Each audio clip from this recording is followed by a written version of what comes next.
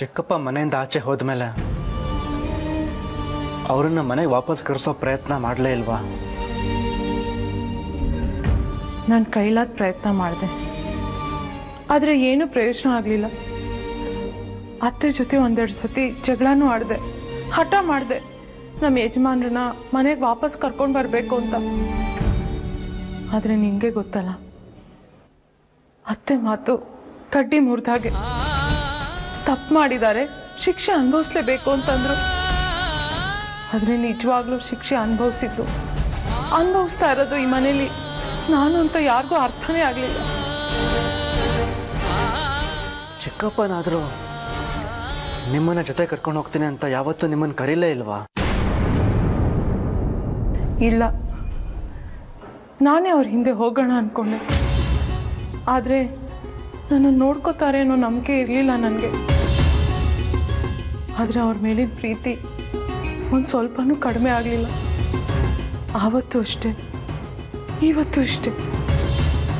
ಅವ್ರ ಹಿಂದೆ ಹೋಗಿ ಸೋತು ಮತ್ತೆ ಈ ಮನೆಗೆ ವಾಪಸ್ ಬಂದರೆ ಮತ್ತೆ ಮನೆ ಒಳಗೆ ಸೇರಿಸ್ತಾರೋ ಇಲ್ವೋ ಅನ್ನೋ ಭಯ ಇತ್ತು. ಅದಕ್ಕೆ ಸುಮ್ಮನೆ ಆಗ್ಬಿಟ್ಟು. ಹಾಗಂತ ಎಷ್ಟು ದಿನ, ಎಷ್ಟು ವರ್ಷ ಅಂತ ಈ ಒಂಟಿ ಜೀವನ? ಯಾವತ್ತಾದ್ರೂ ಒಂದಿನ ನಿಮಗೆ ನಿಮ್ಮದೇ ಆದಂಥ ಒಂದು ವೈಯಕ್ತಿಕ ಜೀವನ ಇಲ್ಲ ಅನ್ನೋದು ನಿಮಗೆ ಬೇಸರ ತರಬಹುದಲ್ವಾ? ನಾನಿರೋದು ಅದೇ ಮನಸ್ಥಿತಿನಲ್ಲಿ. ನನ್ನ ನೋಡ್ಕೊಳ್ಳೋದಿಕ್ಕೆ ಅಮ್ಮ ಇದ್ದಾಳೆ,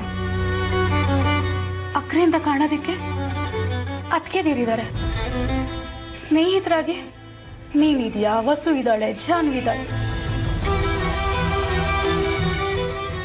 ಆದ್ರೂ ನನ್ನ ಬದುಕು ನೀರಸ ಅನ್ಸುತ್ತೆ. ನನ್ನ ಜೀವನನ ಸರಿ ಮಾಡ್ತೀನಿ ಅಂತ ಗಟ್ಟಿಯಾಗಿ ನಿಂತು ಹೋರಾಡೋದಿಕ್ಕೆ ಈ ಮನೆಯಲ್ಲಿ ಯಾವ್ದಾದ್ರು ಗಂಡಕ್ಕಿರ್ಬಾರ್ದಂತ ಎಷ್ಟೋ ಸಲ ಅನ್ಸಿತ್ತು ಶ್ರೀ. ಆದರೆ ನಾವು ಅಂದ್ಕೊಂಡಿದ್ದೆಲ್ಲ ನಡಿಬೇಕಲ್ಲ.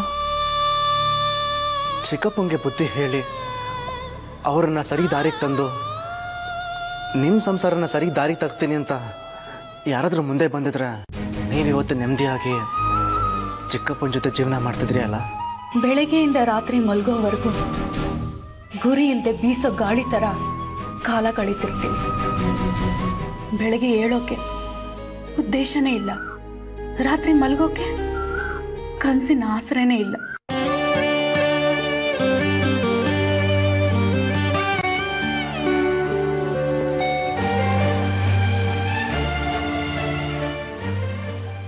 ಆದ್ರೆ ಯಾಕೆ ಮಾಮ್ ಯಾವತ್ತು ನನ್ನ ಹತ್ರ ಇದ್ರ ಬಗ್ಗೆ ಹೇಳ್ಕೊಳ್ಳೇ ಇಲ್ಲ? ಹೇಳ್ಕೊಂಡಿದ್ದಿದ್ರೆ ಏನ್ ಮಾಡಿರ್ತಿದ್ದೆ? ಸರಿ ಮಾಡೋ ಪ್ರಯತ್ನ ಪಡ್ತಿದ್ದೆ. ನಡೀದೇ ಇರೋದ್ರ ಬಗ್ಗೆ ಮಾತಾಡಿ ಏನು ಪ್ರಯೋಜನ ಶ್ರೀ? ಆಗ ನೀ ಹೇಳೋ ಥರ ಒಬ್ಬ ಆಪತ್ ಬಾಂಧವ, ಪುಣ್ಯಾತ್ಮ ನನ್ನ ಜೀವನದಲ್ಲಿ ಬರಲೇ ಇಲ್ವಲ್ಲ. ಬದಲಾಗದಿರೋ ಪರಿಸ್ಥಿತಿ ಮೇಲೆ ನಂಗೆ ನಂಬಿಕೆನೇ ಇರಲಿಲ್ಲ ಕಣು.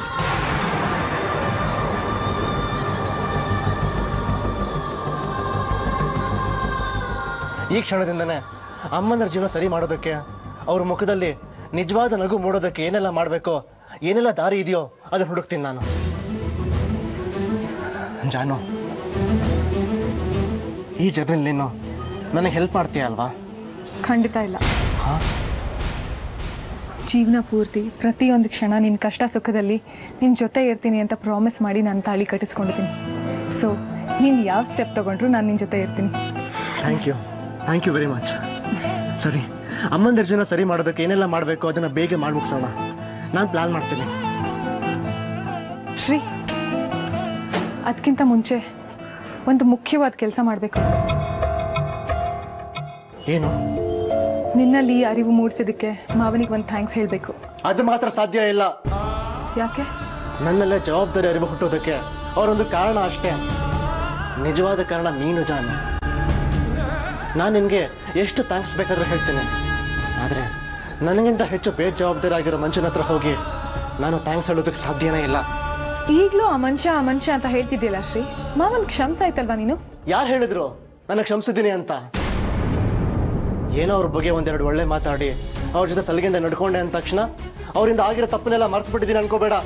ಮಾವ ಅತ್ತೆನ ಕರೆದ್ರು, ಅತ್ತೆನೇ ಮಾವನ ಜೊತೆ ಹೋಗ್ಲಿಲ್ಲ ಅನ್ನೋ ಸತ್ಯ ಗೊತ್ತಾದ್ಮೇಲೂ ಮಾವನ ಬಗ್ಗೆ ಹೀಗೆ ಮಾತಾಡ್ತೀಯಾ? ತನ್ನ ಸ್ವಾರ್ಥ ನೋಡಿಕೊಂಡು ಎಲ್ಲ ಸಂಬಂಧಗಳನ್ನು ಒಂದೇ ಏಟಿಗೆ ಕಟ್ಕೊಂಡು ಹೋದ್ರು ಅಂಥವ್ರನ್ನ ಇಷ್ಟು ಸುಲಭ ಕ್ಷಮಿಸ್ಬಿಡ್ತೀನಾ? ಚಾನ್ಸೇ ಇಲ್ಲ.